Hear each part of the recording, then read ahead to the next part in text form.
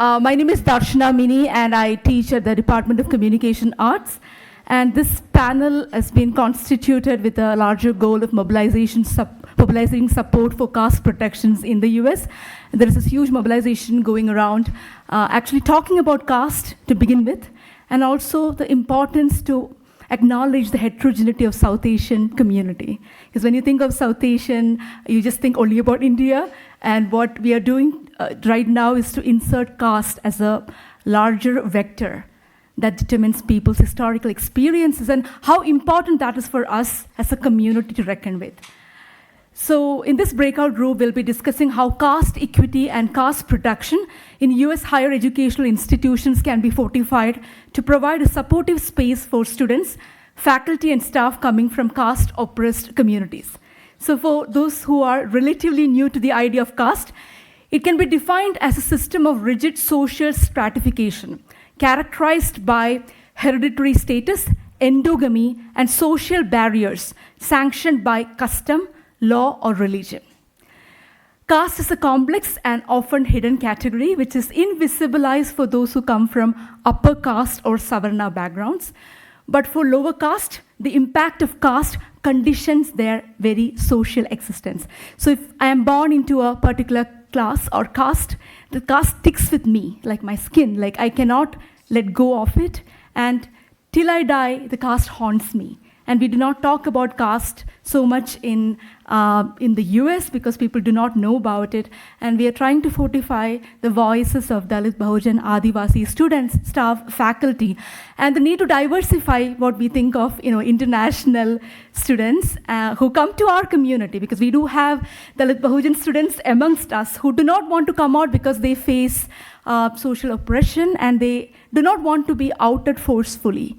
So if they want to feel protected, we need to provide a community where they can feel safe, they can feel supported, and also to acknowledge that higher education is a privilege, and not everyone can afford to do that.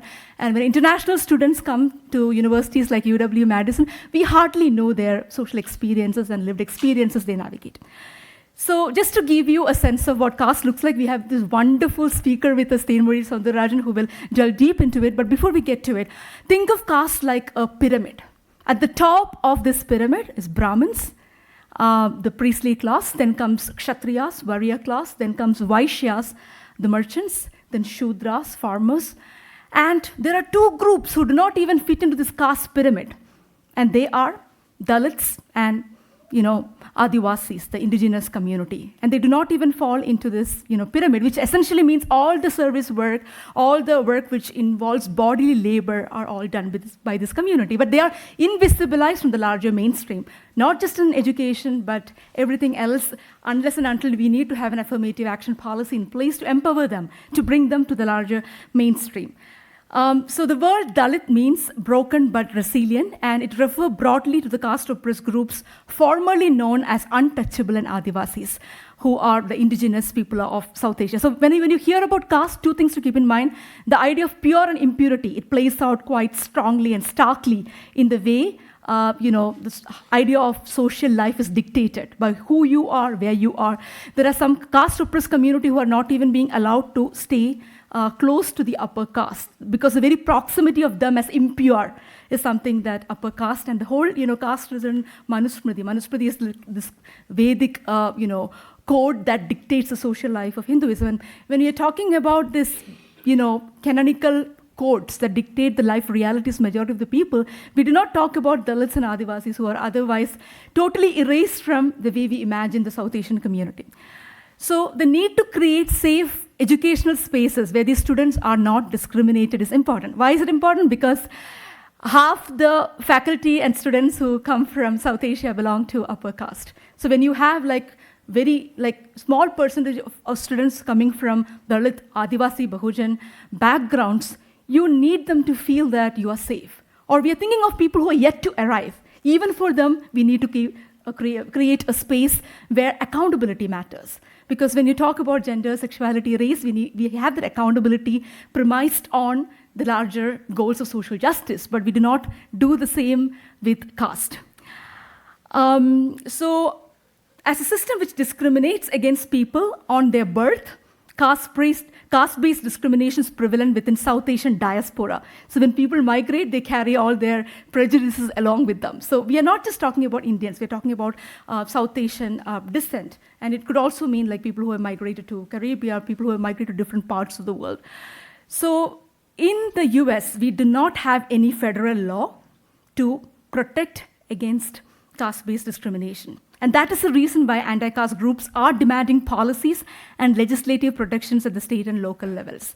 So focusing on the anti-caste organizing in the US educational spaces, today's session looks at how we can consider caste as a protected category within the space of the university and the challenges faced while advocating for social change within community and academic spaces. So before I start, I want to give you a brief overview of this organization, Wisconsin Students for Justice. I cannot see it. Sorry, what's happening? Can I have the next slide, please? Yeah. So Wisconsin Students for Justice was actually formed before even I joined the university. It's a student-led collective, fantastic groups of students who are aware of their caste privilege and who wants to make larger social changes. They were founded in 2020, and Visage has been engaged in advocacy efforts, including organizing events on campus to bring anti-caste activism as part of the broader DEI efforts. They've also been in the forefront of organizing conversations and advocacy around caste issues in UW-Madison. As a student-run initiative to advocate for caste issues, they managed to pass an ASM legislation. And ASM is Associated Students of Madison, the official student governance body of UW-Madison. And they passed a legislation to add caste as a protected category to the UW system-wide anti-discrimination policies. Nothing much has proceeded after that, and that's why we need the support, we need the leadership to actually know that there are people out here who come from caste oppressed background, whose voices you will never hear because nobody would be willing to out their identity. You want to build community, but at the same time, we need to safeguard their rights for privacy. So Visage has also screened films. Can we go to the next slide, please? So we have been doing a lot of mobilization on campus. We have screened films to build conversation around caste equity and the need for scholars who work on South Asia to be aware of the need to talk about caste. We see people working on caste as a trope of representation and use Adivasi caste oppressed people as data sets to work with. But we need to have accountability and acknowledgement of the very fact that their own rights need to be talked in our own disciplinary kind of silos. We need to actually bring them to the foreground, and we need Dalit Adivasi leaders amongst us. We do not want to talk on behalf of them. We want them to be leaders in their own right. So I want to actually foreground one last snippet before I turn it on to Thainmori. So caste is not a new conversation in UW-Madison. Can we go to the next slide, please? So this is one of the roundtables we organized at the South Asia Conference, bringing in faculty who have mobilized support around caste protection in various campuses. Brandeis University has done it, Colby College has done it, UC Davis has done it, and California State University has done it, which means that there is a possibility which is out for us, actually to mobilize support and ensure that these people who come from caste protest group, they get their own due right. Can we go to the next slide, please? All right, so this is, Nimgade, N.M. Nimgade, whose article was published in the Wisconsin State Journal in 1962. What is important about this particular moment of recognition is that it happened in 1962. And look at the caption, Untouchable Gains PhD. For Nimgade, who did a PhD in soil, what was important for him at that point of time is to basically declare that he comes from a Dalit community. And it is important for him to actually say the kind of struggles he went through to come to US, which is not a privilege. He waited for 10 years to actually get a scholarship to get to the US. And when he was doing his elementary education, the teachers will not even let him come to the school building. So he has to stand outside the building and listen to the teachers teaching the upper caste students. And that's one of the first Dalit PhD scholars we have at UW-Madison. But it's been a long time, and we have never spoken about caste. And for the public history project around reckoning, I think Nimgadi would have been like an ideal choice to understand why we need to have an intersectional perspective when we do DEI issues. With which, let me introduce my beloved sister, Tenmari Soundararajan, who's a Dalit rights activist, technologist, and theorist. Currently, Tenmari is a co-founder and executive director of Equality Labs, a Dalit civil rights organization that uses community research, cultural and political organizing, popular education, and digital security to build power to end caste apartheid, white supremacy, gender-based violence, and religious intolerance. Caste in United States, a survey of caste among South Asian Americans that came out in 2018, is the first comprehensive survey that documented the extent to which caste has embedded itself in the United States.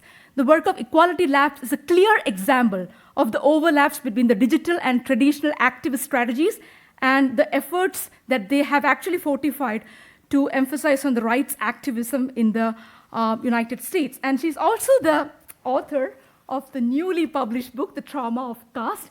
And if you get a chance to actually buy this book, please do, because it's a wonderful exploration on how we can work with the ethics of care framework, and trauma being one way of connecting and building relational bonds. And the book also has some worksheets for people who come from upper caste background to work with activist group and decenter themselves as part of the conversation and fortify the voice of the Dalit Bahujan Adivasi community. And with which I turn over to Tenmari Soundararajan.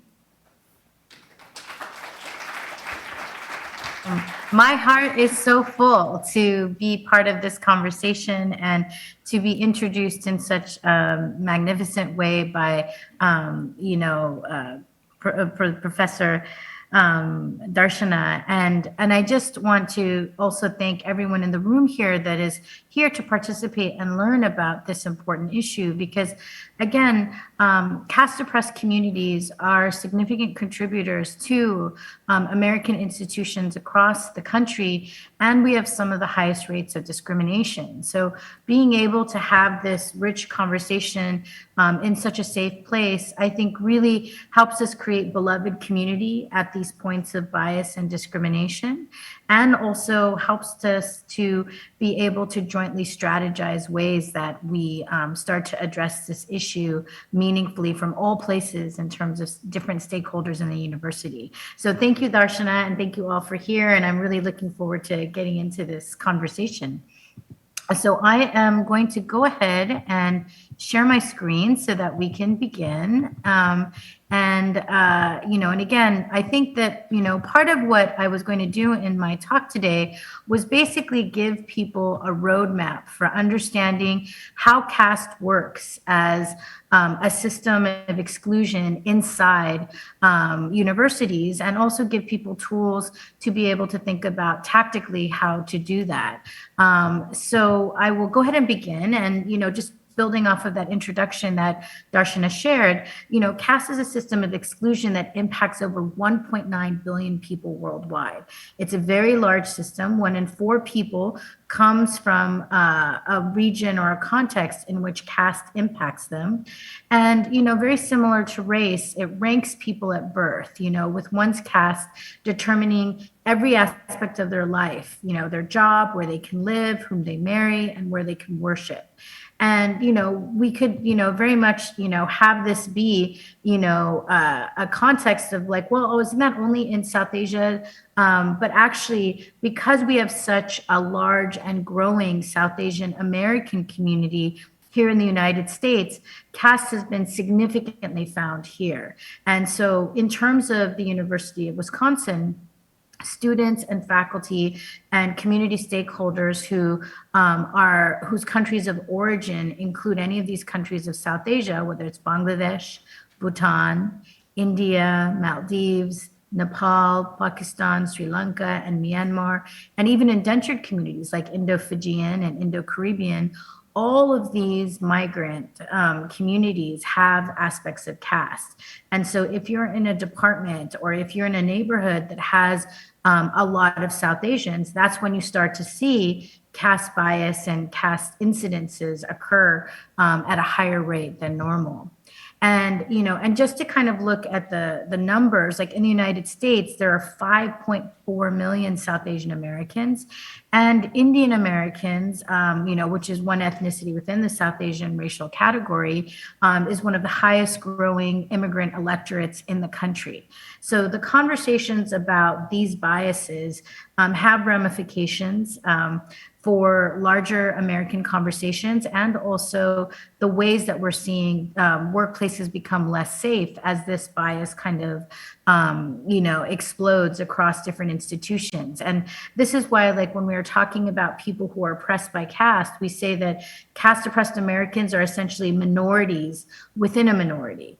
And so many legal bodies in the United States, whether it's the EEOC or the Department for Fairness in Employment and Housing in California, they view caste as a protected category that is comprised of many categories. So whether it's discrimination based on descent or discrimination based on ancestry or faith. And so they understand caste oppressed Americans to be protected under those categories. And the call to make it explicit is because greater competency is needed, as well as data collection, given the high rates of discrimination and bias that we're seeing reported from caste oppressed communities. And people may wonder, what does this mean? Like, how does it look like? Like, we understand how race works, but oftentimes we don't have a very deep understanding about how this might work in, departments that are handling HR or communities of belonging. And, the gist of it is that caste, like race, is based on social fictions. There's nothing biological that determines that one group of people is better than another. But in the historical process of caste, basically there was a group of people at the top. And again, with caste, it had its origins in religious scripture. So the people at the top in this case were people of the priestly caste or the Brahmin caste. And they wrote the scriptures that then defined up the categories of declining, spiritual purity, and also greater proximity to kind of structural exclusion and violence as you go down this pyramid.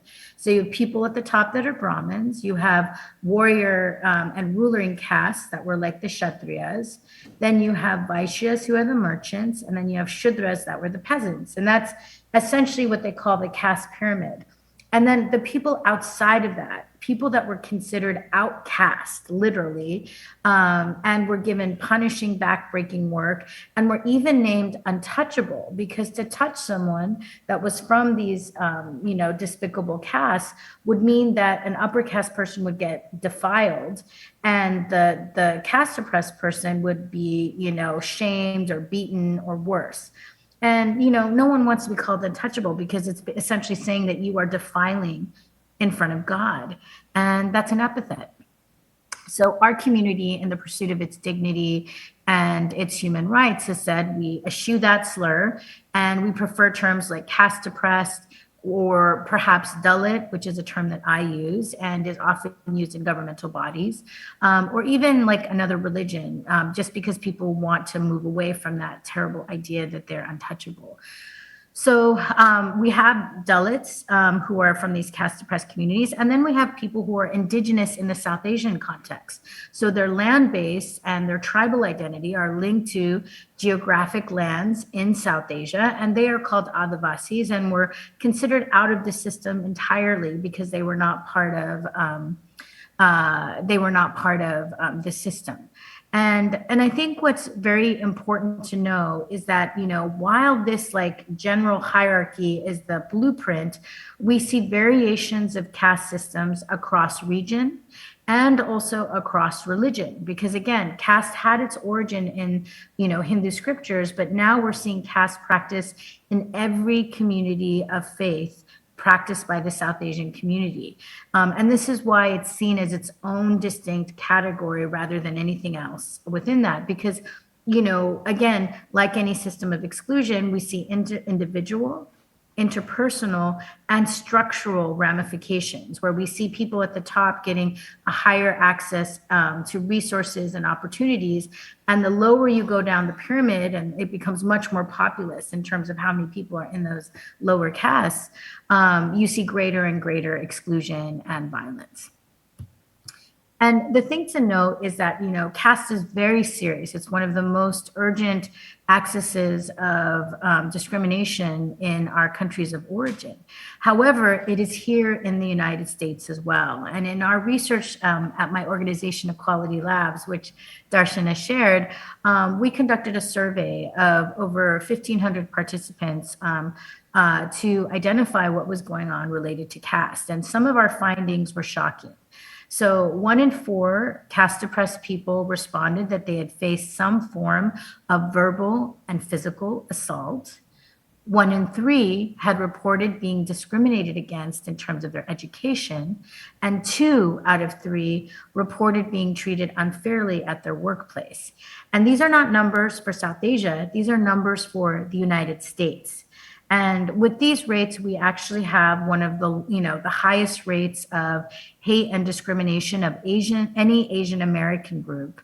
And so it's not surprising that over half the people that took our survey that were caste oppressed said that they were afraid of being outed because of their caste. And that's another really kind of important note to understand for anyone here that's from HR or cultures of belonging, is that not only are peoples, minorities within minorities, but also they operate very similarly to it operates very similar to sexual orientation, where people who are Dalit often hide their identity because they're worried if people know their caste background, they could lose out on opportunities, they could face bullying and harassment, and so there's a part of them that's always in anxiety because of being found out.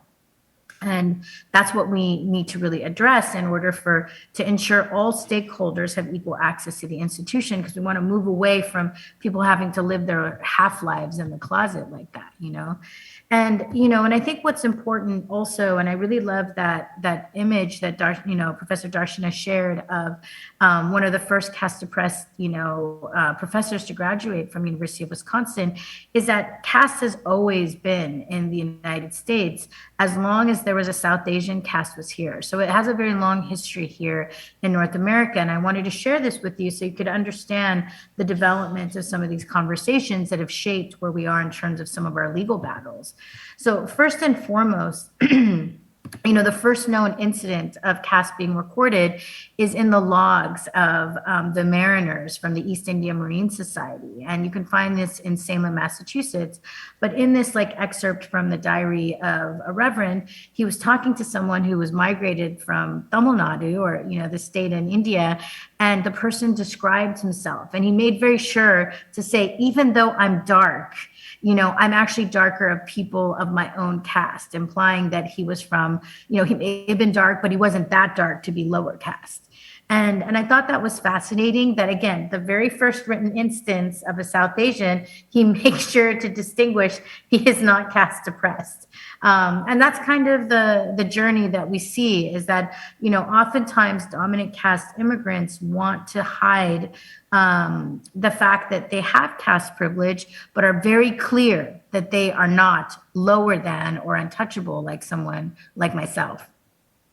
And the next wave of immigrants that we have, and this shapes a lot of immigration throughout both the Midwest and the Northwest and in New York, is that we had many coolie laborers that traveled. And these were indentured workers that basically filled the English workforce after slavery was abolished.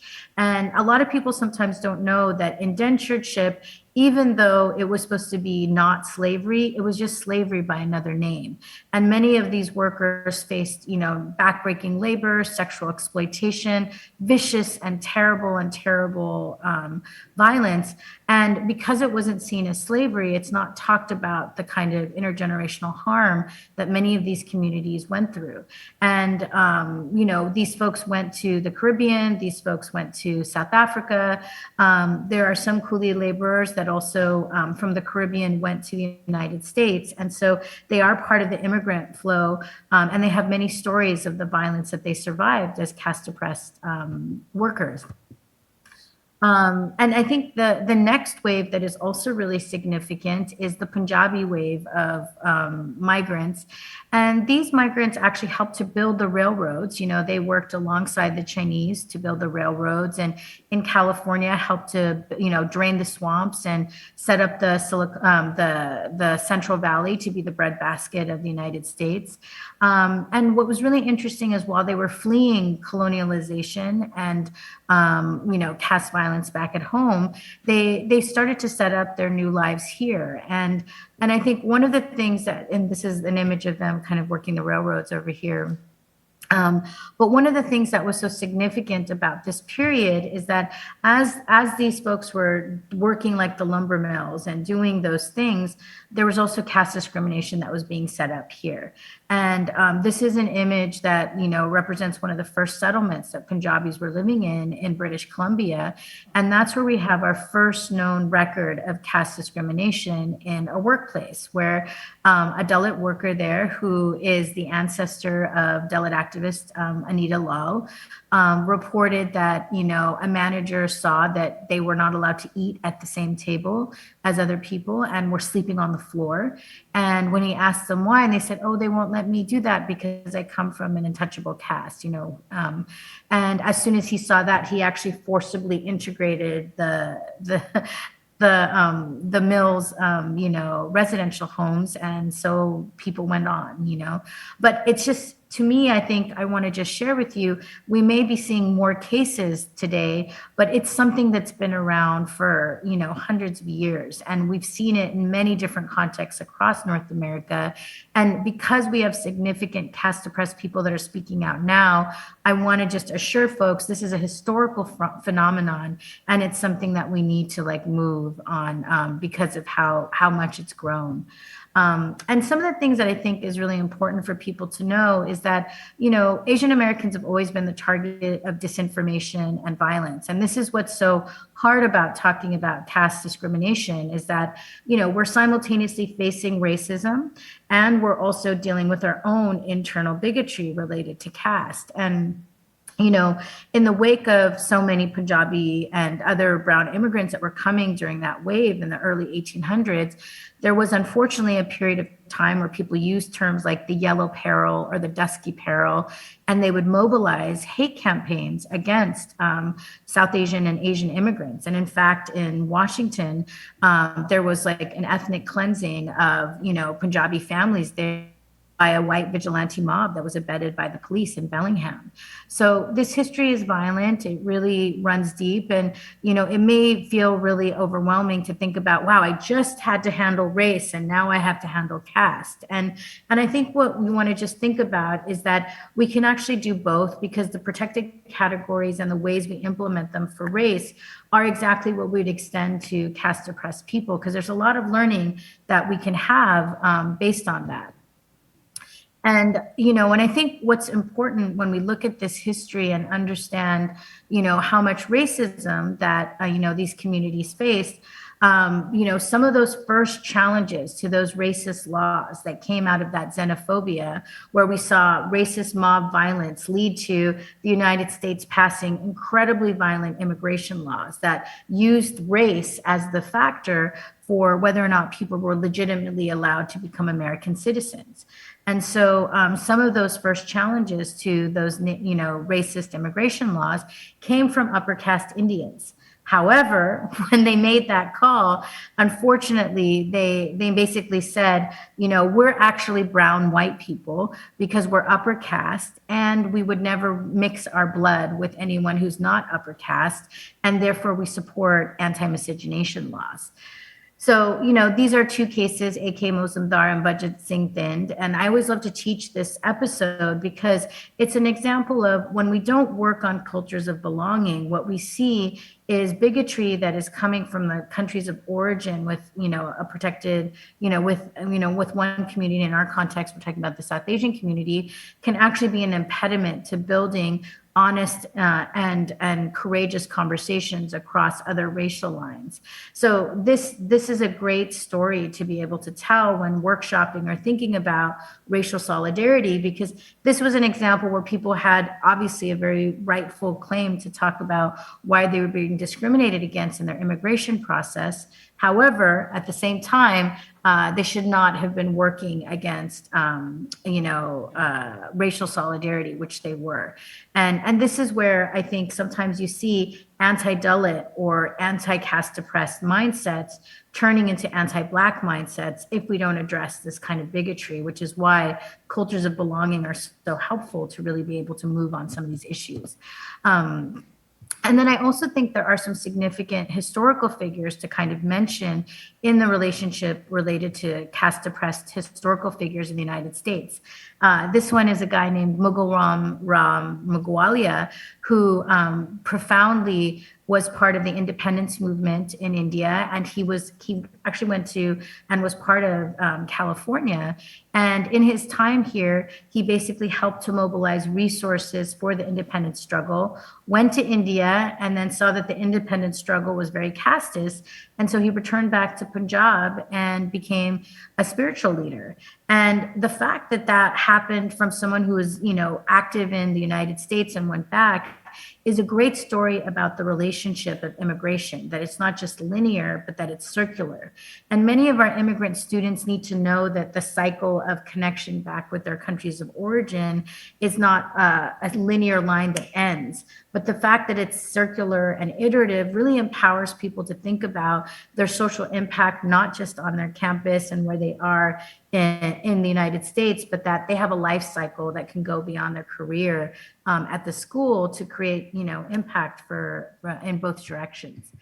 Another really critical figure also, I think that's helpful in kind of training and thinking about this long history is Dr. Ambedkar, who was the architect of the Indian Constitution, but was also crucially one of the first Indians to go to an Ivy League school, and himself was, similar to Professor Nimgade, one of those first generation Indians to study here. And he had a lot to say in his observation of racism because he was in Harlem during the Harlem Renaissance. And, he had, many of his things about seeing how women didn't have the right to vote and minorities didn't have the right to vote. He basically implemented in his development and the vision for the Indian Constitution. So these are all really positive stories to tell in building cultures of belonging when you're trying to train and bring up significant figures of caste oppressed history, especially for, events like Dalit History Month, which is a great awareness month to be able to build more awareness to caste oppressed people, our issues, and our history, and very inspirational, I think, even in connecting with other social movements, because he had a very historical and notable correspondence with W.E.B. Du Bois, where they talked about the power of Black internationalism and how there was a lot of connections between both communities in terms of possibilities of engaging at the UN at the time, which was called the League of Nations.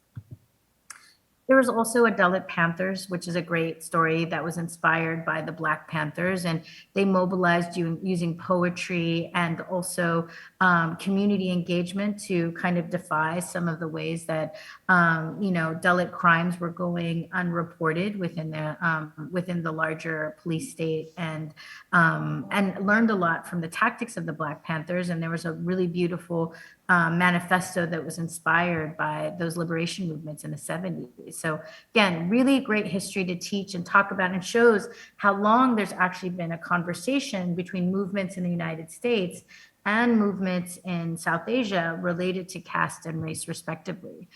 And when we start to move into the 90s and the 2000s, which is, kind of the crux of like what you might be dealing with in the University of Wisconsin, we see a huge influx of the tech workforce made up of Indian immigrants that have been Indian and South Asian immigrants who have H-1B visas. And that's where we start to see a lot more of the serious legal cases related to caste, because we now have a significantly larger South Asian community. There's a greater proportion of which who are caste oppressed, and we start to see caste crimes here. So one such case was in the city of Berkeley, where the second largest landlord, who in fact rented out to many university students in the city of Berkeley, trafficked 300 caste oppressed workers and enslaved about 20 young women to be his sex slaves for himself and his buildings. And it was outrageous. It was completely out in the open.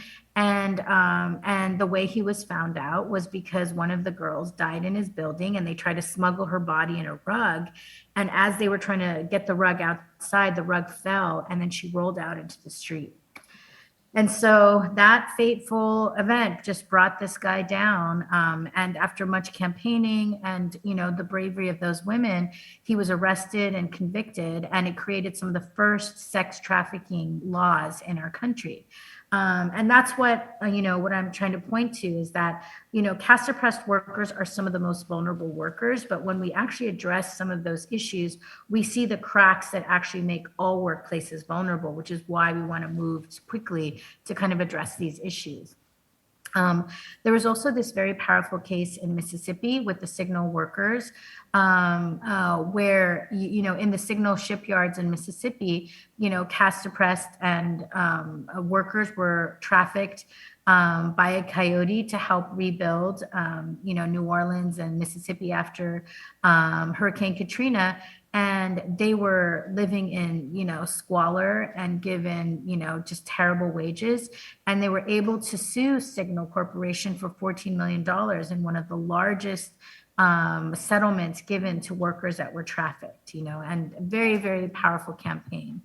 And then finally, in the last 2 years, we've seen very strong cases coming out of California and New Jersey. And the first one was the Cisco case, where we saw the state of California sue Cisco for caste discrimination and all of the things that that worker talked about, from slurs to demotions to being siloed. You don't have to be an expert in caste to understand that he was in a hostile workplace and needed support. And instead, the company was denying that caste existed. And this was very similar also to this network of religious institutions that trafficked hundreds of workers across institutions across the country, and paid these workers $1.20 an hour in backbreaking labor to build their religious institutions. So this is really important because these are significant cases that are going to impact workers' laws across the country. And so again, the ability for us to center caste oppressed stakeholders in our ability to create cultures of belonging is just so crucial to make sure that we're in compliance with all of our Title IX, Title VII, and other civil rights obligations under the law. And some of those barriers that I've seen has been cultural competency. And I always remember this one worker saying, why would I report to HR about what's happening to me when they probably don't even know that India is on the map? And so that fear of competency is one of the biggest reasons why people don't report these issues. And in a survey that we did of caste oppressed students, staff, and faculty, we saw that these are some of the things that people shared to us. One, that 1 in 5 of caste oppressed students face challenges in getting their visa. 4 in 5 experienced the fact that they were taking multiple jobs while taking their classes. And that reflects the fact that they are some of the most working class of our student bases. And 4 in 5 reported experiencing caste discrimination in higher education. Now, that's a pretty high number of students to be reporting any form of discrimination, let alone a protected class of people. And then additionally, they talked about the fact that they reported 1 in 5 reported being subjugated to discriminatory hiring processes. 1 in 2 found their professors or curriculum expressing caste discrimination. And 4 in 5 found that biases existed in social circles around their campus. So it's both a cultural issue in terms of, the prevalence of bias, but we're also seeing structural access problems from hiring, as well as discrimination and epistemic challenges with curriculum also being biased as well. And, when we talked with them, these were the kinds of things that we saw. We saw slurs and insults, bullying and harassment, discrimination in housing and dining, attempts to out people's identities, and even sexual harassment, retaliation, and demoralization. So you just have to look at this page to know that this is significant. It's happening now in the institution, and we need to put all of our DEI tools that we've, strategized around other protected categories to really address this in a meaningful way. And when we don't do this, there is a significant amount of caste stress and caste trauma that occurs to members of the South Asian community, from isolation to low self-worth to fear, anxiety, depression, and that really impacts how they show up. And this is a reminder about how in DEI, we're not just working for people to access the institution, we want them to succeed in the institution. And we're failing our students and our faculty and our other stakeholders when we're seeing this level of caste trauma. And so I just want to kind of wrap my portion by, just really encouraging folks that there are so many tools that we can do to really address this, starting with adding caste as a protected category in the institution. From there, implementing diversity and inclusion training for HRs, managers, and any staff related to cultures of belonging to really aid in lifting up caste competency. But we also want to be able to look at investing and supporting Dalit organizations that you can be in community with to help you achieve some of those goals, and also build relationships across the system of exclusion. And then to also consider ways you might collect data and create public speaking, speaker series or celebrations of holidays like Dalit History Month, in order to create, visibility and belonging for those caste oppressed South Asian students. And then finally, even considering doing like a review of, experiences of Dalit stakeholders on campus could be very valuable. So these are some like very tactical things that I wanted to leave people with before we go into the question and answer. But overwhelmingly, I think the thing to know right now is, while there is significant discrimination, we are in this really beautiful moment where students and faculty and staff from universities across the country are standing up for the civil rights of caste oppressed people. And we're seeing this significant civil rights movement go hand in hand with other civil rights movements to really hold the line around what it means to create cultures of belonging and care and empathy around the issues that matter. So I'm so excited to get into the Q&A portion and to hear from you all, and pass it back to the moderator. And thank you. Thank you so much, Marie, for such a wonderful elaboration of how we can do better job in protecting students, faculty, and staff who come from caste oppressed communities. Before we start with the Q&A, I have a question for you. I was just wondering that as we have administrators in the crowd, if a university wants to start the process of, thinking of making caste a protected category, where will be the first place to begin with?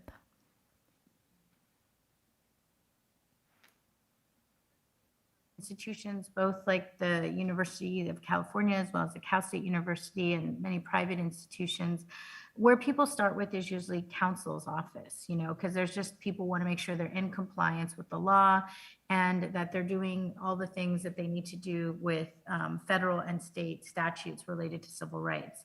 And, our counsel on this is Ann Ravel, who is in the DOJ office of the Obama administration and civil rights, and they have lots of great resources to be able to support with both legal precedent and also other potential implementation supports. So I would start with counsel, and I know that there's this really amazing student group that's already working on this issue, and they can definitely, share student experiences and other processes to kind of support this. But I think the main thing to consider is you don't actually need data to begin to be in compliance with Title IX and Title VII laws, and that's like a misnomer. Sometimes people are like, well, do we have to do a survey and find out how big it is on the campus? And in fact, because this community is so hidden because of the high rates of discrimination, if you do a survey without this protected, a lot of people may not, fill it out because of how scared they are. And the burden under civil rights law is not to wait for discrimination to occur. The burden is actually to create, cultures of compliance beforehand. And that's why I just always like to remind the folks that we work with in those offices, it just takes one case to open up a lawsuit, and it just takes one case to be out of compliance, which is why we are working with so many campuses to work preventatively on this issue. Thank you so much, Thenmuri. Any questions we have for Thenmuri?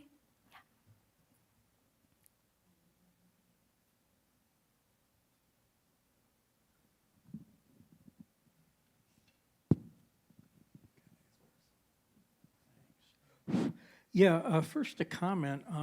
I was interested in seeing that Myanmar was counted as a South Asian country. That's something I've never seen done before. It's usually regarded as part of Southeast Asia. Then my other question is this. In addition to casteism, I see another problem from this part of the world that has some impact in the U.S., and that would be female circumcision. But I think there's been a lot of proactive measures taken to make that practice unlawful, at least in the U.S. So be interested in your comments on those points. Thank you. Sure. I mean, I think, again, Myanmar is kind of those countries, it's like a gateway country to both Southeast Asia and South Asia. And in the context of caste, it is a country that has significant caste in it because of that history. So not only are there people from different ethnicities from Bhutan, Nepal, northern India, and Bangladesh that live there, and therefore they bring communities of caste, but also even the ways that caste informs some of the religious and ethnic tension there. So I think it was definitely appropriate to add that there, since I was also naming countries of the region that also have caste. And, I don't have a lot to say about the feminine genital mutilation, because I think that is a very serious issue, but it's a little bit out of scope with this talk, which is about talking about caste as a protected category. And so in many ways, what we're talking about with DEI work is what can we actually do to address discrimination and bias and harm from stakeholders that come from caste oppressed backgrounds. And to that end, one thing I wanted to also add is that caste is covered under international covenants in the UN that are related to discrimination based on descent. And it's called Article 29 under that covenant, but inside it says that it really defines what caste is, and also that it describes caste as any discrimination based on birth, work, and descent. So in relationship to that, beyond the historical analysis that I shared about caste with you all earlier, caste has now begun to be used by other communities outside of South Asia who have the experience of being minorities within minorities. So, for example, you will have tribal communities in the African continent who use caste to describe discrimination within intercommunity tensions. You also have communities in Japan and Asia, like the Barakum community, who also identify caste oppressed communities, as well as the Roma or Gypsy people, that we've known in that other term across Central Europe. So Central and larger Europe. So the ways to think about its implementation on campus is that when caste becomes a protected category, all of those communities, including the South Asian community, would use it to describe discrimination within like a minority within a minority. And then investigations, as they would be conducted around that, would be based on how does the person who's experienced harm identify, and then also how does the person who was the harm doer, what was their mindset around that act, and did it in fact include this context? So hope that helps, and sorry I couldn't speak too much on the FGM, but it was a little bit out of scope for this talk. But it's very much a serious issue and support many feminist efforts to address it. Any other questions?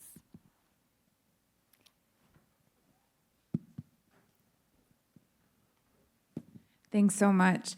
I'll admit that I'm very much at the beginning of my learning about this, and I really appreciate your talk, and I'm really looking forward to learning more about this issue. I also really appreciate your focus on institutional change and what we can do kind of at an administrative level. As someone who works in student affairs and works a lot with students, I'm curious as to how you would speak to what we might be able to do at kind of a one-to-one level to support caste-oppressed students in kind of more day-to-day interactions. Like, what can we do to be a good ally to this community? Well, this is a community that's very terrified. I'll just be really honest. And so it's, this is, how you kind of walk that line of support, I think has to be done very gently. So while I would never advise anyone to do a question to like say, hey, what caste are you? That, that can always be like a loaded question, because it's very similar to asking people their sexual orientation or their gender identification, particularly if they live in a state where there is active bias or laws against criminalizing some part of their identity. But what I would do is have some soft cues in your office. So for example, if you have like a really welcoming office where you have, little posters that say we all belong here, I might throw up like an image of Dr. Ambedkar, or maybe a poster from Equality Labs, something that says that like, what's going on in terms of caste, and that you're an ally. And what some people have started to do in their offices is like, even how sometimes people will have books, is that they'll have the trauma of caste there, because this book is like so significantly linked to the caste equity movement that it's just a subtle signal that people are, and with most caste oppressed students, they're looking for anything that would let them know that they're in safe space. So I think small things like that go a long way.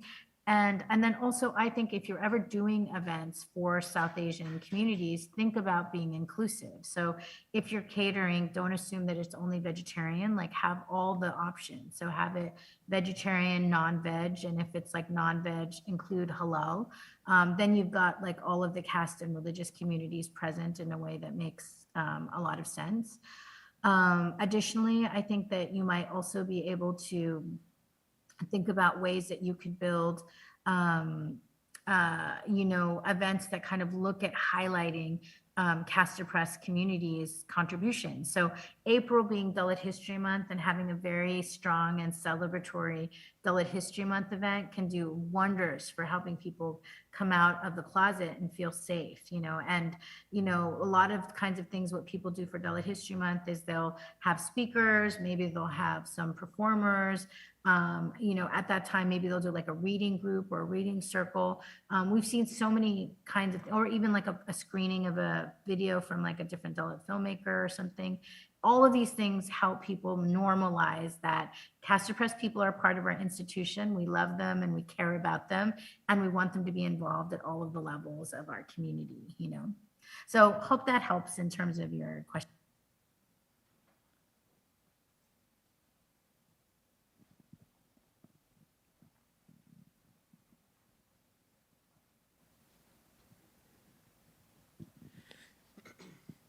Thank you for sharing with us today. I really appreciate a lot of the examples that you provided to help us understand how the caste system is being replicated and sustained in the U.S., and not that it's just something that is outside of our borders or outside of our control.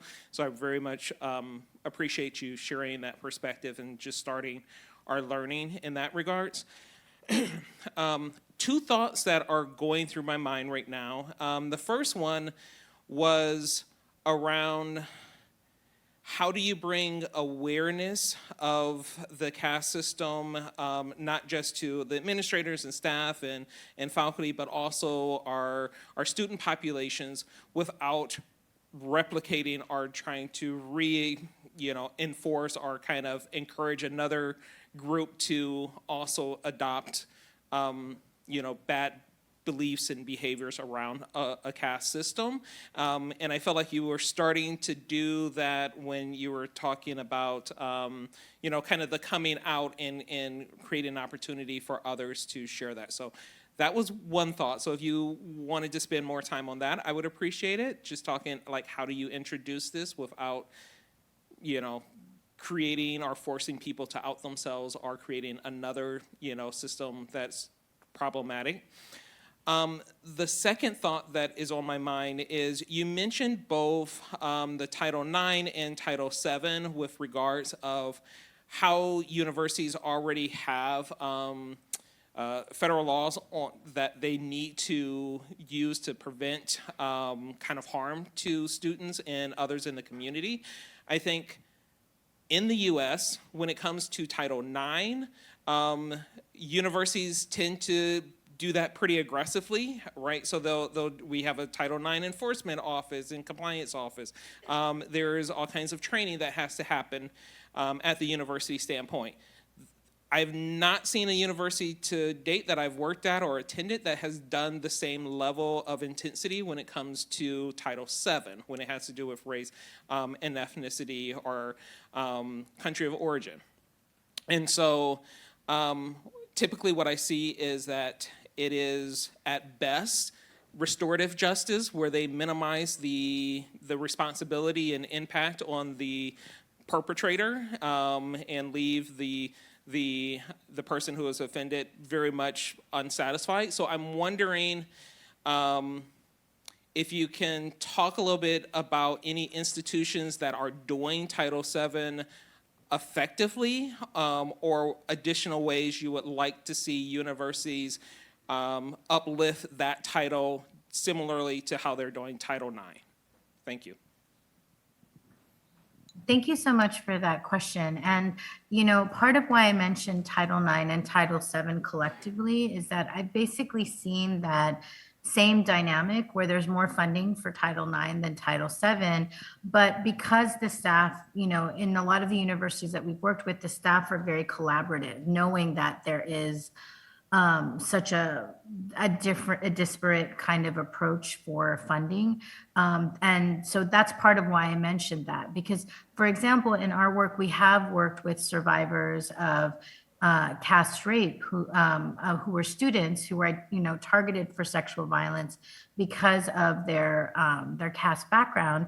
And one of the reasons that they weren't reporting was because they were afraid of the lack of competency in the Title IX department. So, I think that, everyone's kind of doing the best that they can. And so I've seen sharing of resources. So, for example, Title IX might be the department that hosts the training, but then they invite Title VII folks, because there may not be, because the urgent issues related to race may not include like an additional workshop, but Title IX has a little bit more funding. So they kind of like pull it from there. And it's mostly so that there's like a joint strategy between both of those departments, those offices that I was mentioning, both of those. I am really keenly aware of how challenging the dynamic is on campus between those, the underfunding, and also sometimes like the approaches for, mitigating harm as opposed to kind of creating cultures of accountability across and prevention, frankly, with some of these issues. But, I'm a national board member of the Me Too movement. And one of the things that we always talk about is what it means to build survivor power. And, and that's like moving away from accountability of just that individual case, which I think is often how Title IX gets, its resources focused on, as opposed to like, what does it mean when survivors transform the institutions where harm is structurally occurring, especially if it's, if we're seeing it in some of the high rates that we see in some campuses across the country. And I think that is a framework of both prevention and power building that I think could be really unusual but interesting ways to be visionary about approaching those conversations. And I think that's part of what I was leaning into. I also want to say that I've really had the pleasure to work with someone who is at the University of Wisconsin, Lalita Perron, who's now at Stanford. And I think part of, and I'm currently a fellow at the Center for South Asian Studies at Stanford, and we've been able to have multiple conversations both in conjunction with students and stakeholders, that both kind of tie the issue and epistemic conversations related to caste and gender to some of the ways that we're thinking about and building towards DEI measures. So I almost want to really encourage it, de-siloing out this conversation around diversity, especially because University of Wisconsin has a strong South Asian Studies department, and you have incredible professors like Professor Darshana, that there's a really great working group, I think, that could really try to move the needle, both around building competency, creating cultures of belonging and awareness, and also experimenting with very forward-thinking radical syllabuses that just really kind of roll out a welcoming and beloved space for caste-oppressed communities. And really have learned a lot about some of that work with Lalita, which is why I wanted to give her that shout out, and the incredible work that she's doing now at Stanford, but I'm sure had its roots at University of Wisconsin as well. Any other question?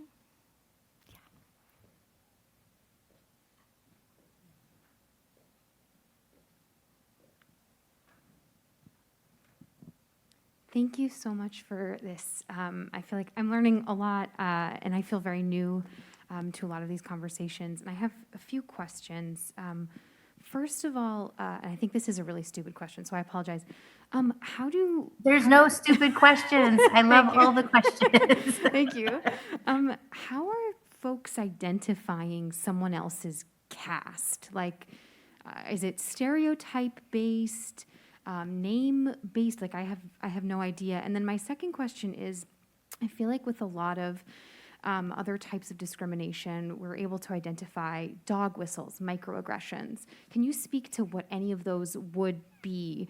Because this sounds like it's very insidious, maybe more like under the surface. And I feel like if I knew more about the dog whistles, microaggressions, it would help me identify maybe when this is happening in front of me, if that were to occur. Thank you.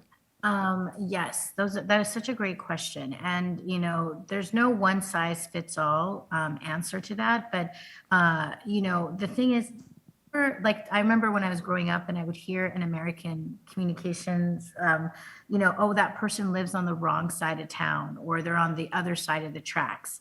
And I never understood what that meant because I grew up in the suburbs in California.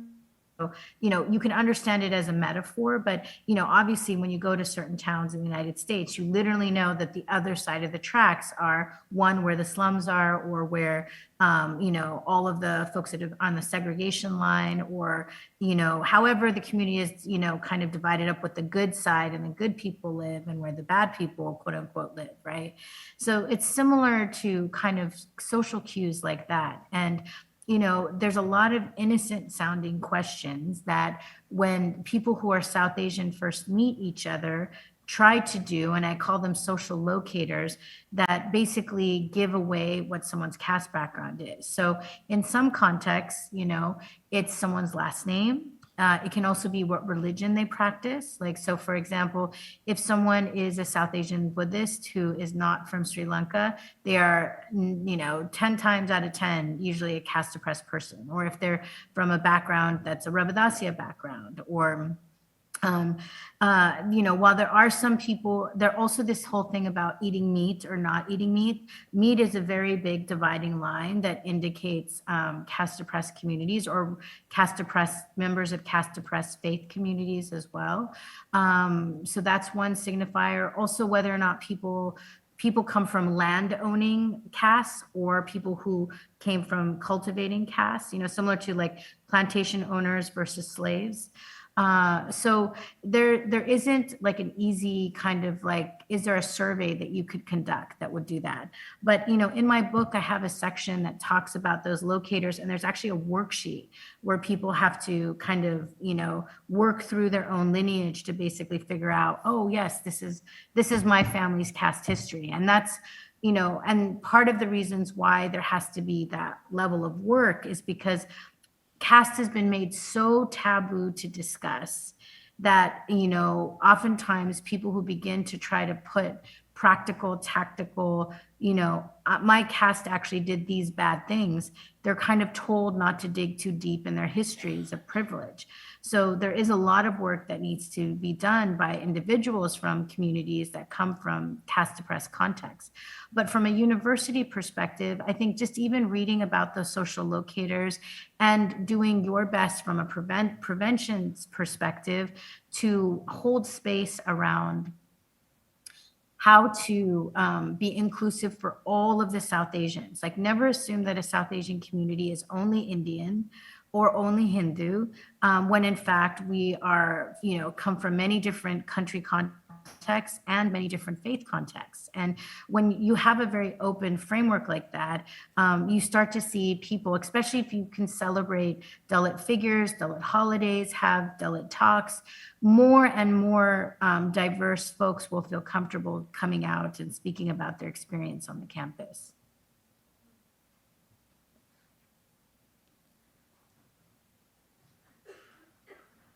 I have one question regarding the responsibility invested in faculty in diversifying their syllabi and how much that can actually allow students to feel at ease with the content in terms of like knowing that they are being represented, their experiences are being part of the syllabi. So I was wondering if you have any advice in terms of working with faculty teaching South Asian studies or global media, or various aspects of how we can incorporate caste in the conversations of our own classrooms. So this is a really personal issue for me. So I really love you asking that question, Darshana, because I actually went to the University of California, Berkeley, and experienced significant discrimination. And I think I even wrote my book because I wanted the book I wish I had as like a baby student, that I wish someone would have had cultures of care and inclusion for me, because I faced a lot of, discrimination and inclusion, not just from students, but from faculty. Faculty would both deny caste, clearly didn't include it in their syllabi, and also actively told me that I was on a fool's errand and that caste not only was not a significant problem, but there was no significant Dalit leaders or people to teach or learn from because, class was a better angle, And that was absurd. It was just absurd that that was happening, particularly because there were some of like the biggest protests related to caste equity occurring in the subcontinent at that time. So I really feel like, the epistemic injustice has a huge contribution towards cultures of discrimination and bias against caste oppressed people. And so that stakeholder place, faculty really thinking about being conscious about their caste position, how that bias might be informing how they teach the region, is a self-reflective practice that every faculty member needs to really do. And just like, you wouldn't teach the United States without an understanding of critical race theory, we cannot teach South Asia without an understanding of how caste impacted some of the issues that people study. And I think even in, there's no aspect of South Asia, whether it's development or women's studies or the study of like ancient literature and history, where caste didn't have a play into the conversation. And that might require faculty being in relationship with more caste oppressed experts to help diversify their curriculum. And I've certainly met other faculty who basically have, hired, caste equity consultants to help diversify their curriculum. Also creating little focus groups with, you have that great Caste Equity Wisconsin student group that's working on issues of caste. And, even working with student groups like that to do a review of your syllabus and just, a gut check of like, are there things I'm missing, or are there other things that I might want to include? And incorporating and sponsoring at a departmental level, Dalit speakers and religious minority speakers to come in so that we're diversifying. And when you're a Dalit student on the outside of a biased department around these issues, it's one of the worst experiences in the world. Like for me, not only did I feel erased, I didn't feel like I had a place to go for my own intellectual development. No one would sponsor my thesis. So I really struggled to find, mentorship, and I shouldn't have gotten that because I should have been able, and again, that's why I'm really conscious of that distinction of accessing an institution versus succeeding in an institution. If I'd gotten that intervention and support from the beginning, I always wonder what would have happened, and what kind of world would have opened up to me much earlier. And where I got that support and mentoring was actually from other women of color professors, who weren't South Asian, but could see that this young woman of color needed mentorship and connection and community and validation around her vision around what intersectionality looked like in her context as a Dalit person. And that's why I really want to encourage people, because I see that, just from the small audience feeds that I get, not everyone in the room is South Asian. And so sometimes I think people might feel trepidatious, like, is this appropriate for me to intervene or talk about because I'm not South Asian? And I want to assure you that this is absolutely something that we need everyone, we need all hands on deck here. And Caste Press people really welcome allies from other communities and other faith backgrounds, because it helps flank us and be able to talk about this issue, not within, when it's a minority within a minority context, it kind of feels like you're pressured not to say anything because it's like you're airing the family's dirty laundry. But this is not a case of intimacy. This is a case of civil rights obligation and the law. And we're seeing so many institutions fail in their compliance with relationship to making sure that caste oppressed people can access these institutions safely. And that's why I think it's so important to really move in that place. Thank you, Tinmuri. We have a couple of questions from the virtual audience. Tinmuri, could you please talk about the centrality of Punjab in anti-caste activism, historically and in the present day? Sure. So for people who don't know what Punjab is a state in India. It's one of the largest states. It's the breadbasket of India.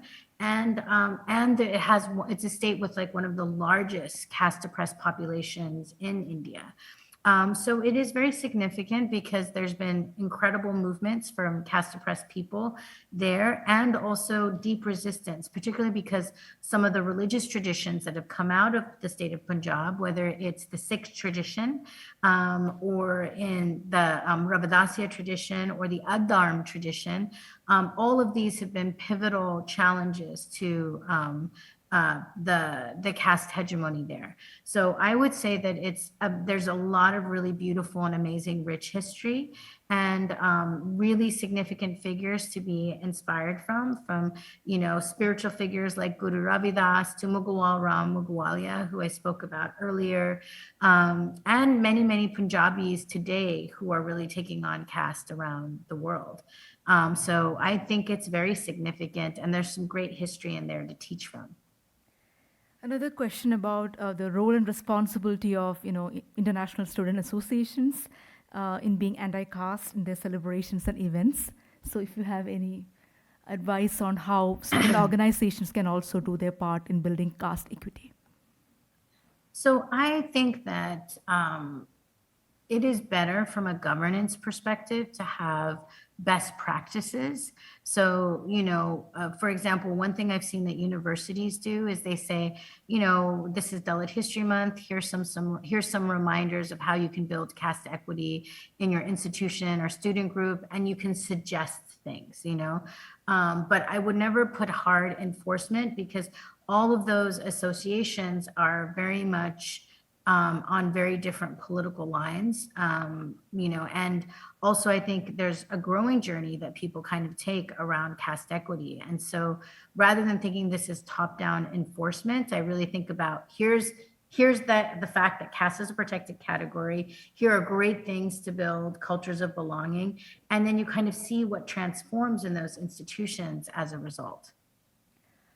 But if you are a student in one of those groups, yes, I would 100% say be inclusive about caste equity, and think about the ways decisions around catering and celebrating holidays can be inclusive for all communities of faith and caste backgrounds. So one last question. Given the intersections in the US between racial discrimination against Asian Americans and caste discriminations within the communities themselves, what strategies do you suggest for cases where people claim that anti-caste activism is somehow a form of racial or religious discrimination?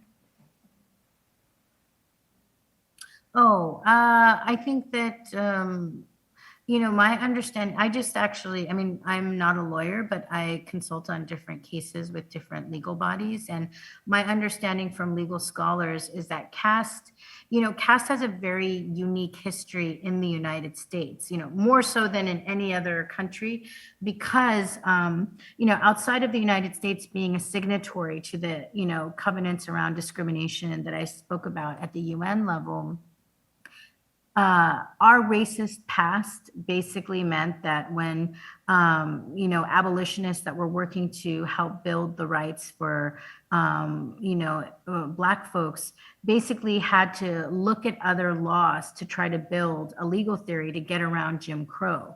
So when they were doing that, they actually looked to laws related to caste to be able to build a language for racial equity here in the United States.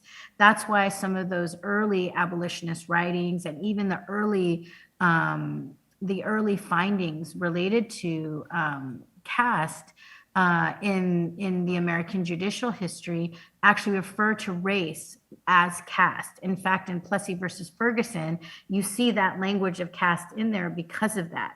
So, that's why there is such a confidence, I think, at the DOJ level and at the EEOC level and with many legal scholars that, caste is significant. It's not only significantly protected by existing categories because of that shared kind of historical lineage where caste was used to help build our racial language in our legal theory, but also that, beyond that, we have many instances of, communities that are protected under existing categories needing explicit coverage because of the significant discrimination they face, where you're thinking about sexual orientation or gender identity. So I think that there's so many examples that we can draw from the past that can help with this trajectory. It's fine. And I would also say adding caste doesn't impinge on any other category because it's larger than any one individual thing, and special categories for discrimination don't work like that. It's not like if I'm identifying as a protected category of gender, that all of a sudden erases or trumps a special category like race. Caste being explicit only means that someone who's been harmed in discrimination would say that I am caste oppressed and I would like the person who harmed me to be investigated if that was part of their mindset when they caused harm for me. That's it. There, it's a lot. Anything else more than that is a lot of confusion and smoke and mirrors and doesn't make sense, from a legal perspective. Thank you so much, Tenmori, for such wonderful elaboration. And thanks to all of you for being here and, to listening to us and helping us understand, what it would mean to build a community. So if you have any questions about Visage, how to, get in touch with us as we are doing organizing on campus, I'm here. And if you want to look at, Tenmori's book, I have a copy here. And we also have the, press publicity kit for anyone interested. Thank you so much. Thank you. Bye, everyone.